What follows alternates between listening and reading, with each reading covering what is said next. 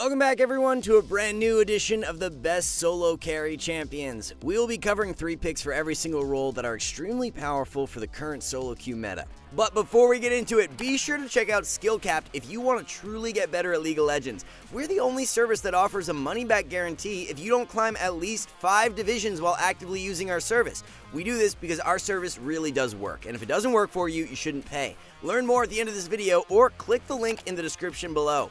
With Sunfire Aegis buffed and Ravenous Hydra hit with nerfs, it's going to open things up for Shen to take over as the best top lane carry. Shen has already been a top performer in preseason, so he really doesn't need the Sunfire buff at all. The only reason Sunfire is being buffed in the first place is because the majority of tanks are underperforming, but this just means Shen becomes super OP. The 3-item core of Heart Steel, Titanic, and Sunfire Aegis is completely insane on Shen right now. All 3 items work off each other and synergize incredibly well. The more health you get, the more damage the Heart Steel passive provides. With Titanic, more health equals more AD, and let's not forget about the scaling health ratio on Shen's ultimate as well. Matchup-wise for Shen, he fares quite well into the majority of meta picks besides Mordekaiser and Fiora, so either is a good ban option. The rune page consists of Grasp with Shield Bash, Second Wind, and Revitalize, grab Cheap Shot, and Ultimate Hunter for secondaries. The 12.23 top lane changes are indirectly amazing for Darius, and he's our second solo carry top laner. Darius doesn't mind at all that tanks are being buffed, as he thrives against champions he can take extended trades against.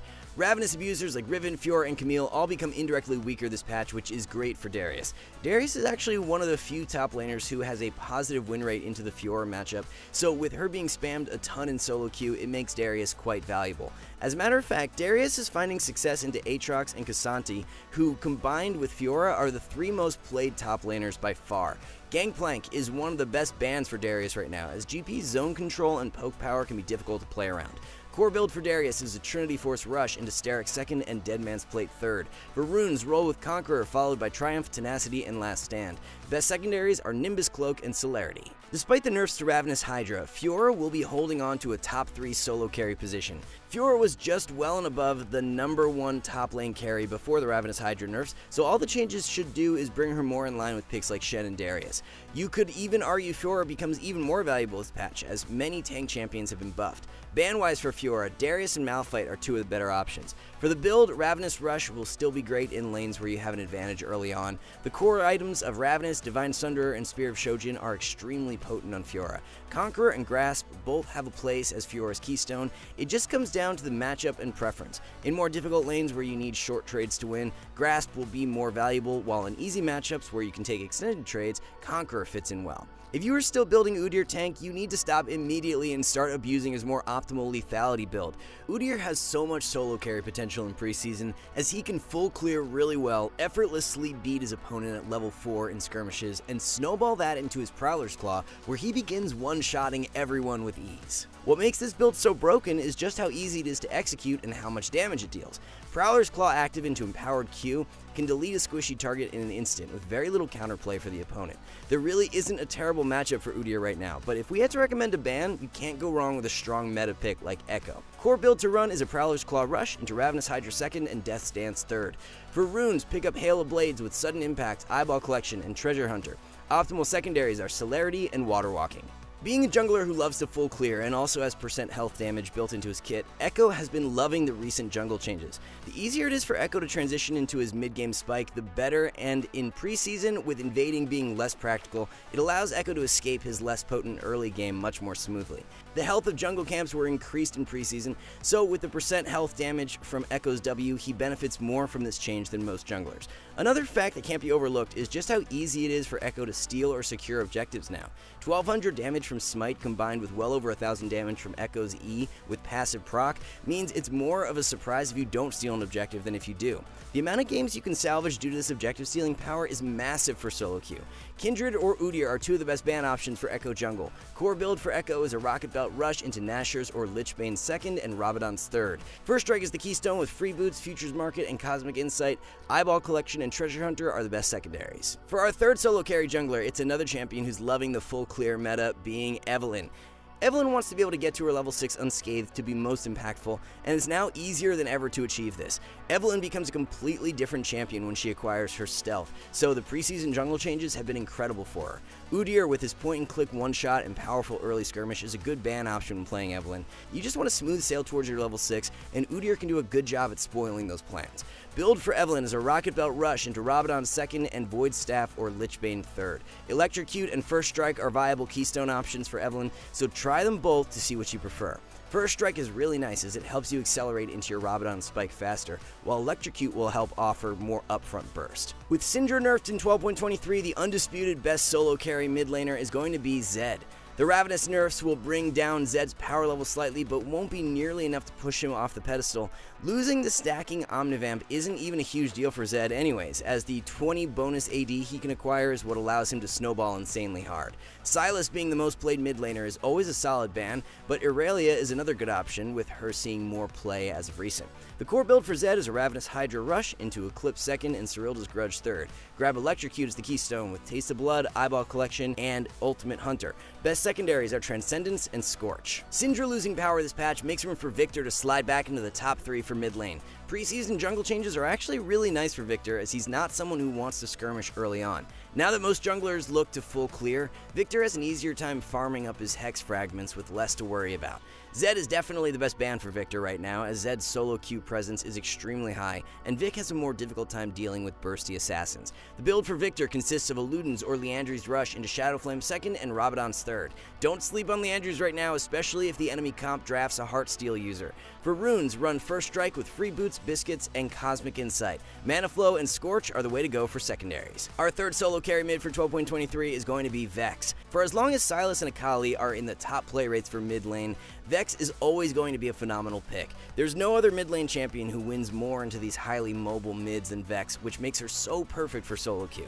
On that note, Vex is not invincible and has a more difficult time against longer range pick champs, so Syndra is a really good ban option. Core build for Vex is a Luden's Rush into Shadowflame 2nd and Zanya's or Rabadon's 3rd. Electrocute is the optimal keystone with Taste of Blood, Eyeball Collection, and Ultimate Hunter. Pick up Mana Flow and Scorch for secondaries. The best solo carry ADC for preseason is Kai'Sa, and now that Ravenous is nerfed, the gap becomes even larger. With Tank's buff for 12.23, someone like Kai'Sa who can abuse the item combo of Kraken into Blade of the Ruined King becomes even more valuable. There's so many different viable build options for Kai'Sa right now, which allows you to adapt really well to each game.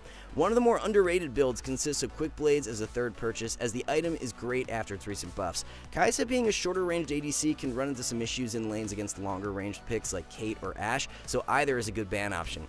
The rune page for Kai'Sa consists of Lethal Tempo with Presence of Mind, Bloodline, and Cut Down. Grab Free Boots and Biscuits for secondaries. Another ADC who can abuse the item combo of Blade and Kraken takes our second solo carry spot, being Twitch. Even though there were few direct changes to ADC in preseason, the jungle changes are pretty nice for picks like Kai'Sa and Twitch. Creative jungle routes are just not as common anymore, as most junglers full clear, so surviving lane and scaling is a little easier. As long as Twitch can hit his 2-item core, the carry potential is far greater than most ADCs. Not only can Twitch dish out a crazy amount of damage due to his ultimate, but the stealth factor from Q gives him the best pick power for any ADC. Just by picking Twitch, the enemy team is forced to play so much more reserved in the mid game, which helps give your team priority over objectives. Twitch's 3-item core consists of a Blade Rush into Kraken 2nd and Hurricane 3rd. Lethal Tempo is the keystone with Presence of Mind, Alacrity, and Coup de Grace. Roll with Taste of Blood and Treasure Hunter for secondaries. To round out the top 3 for ADC is a champ who's been on the rise in recent patches, being Nilah.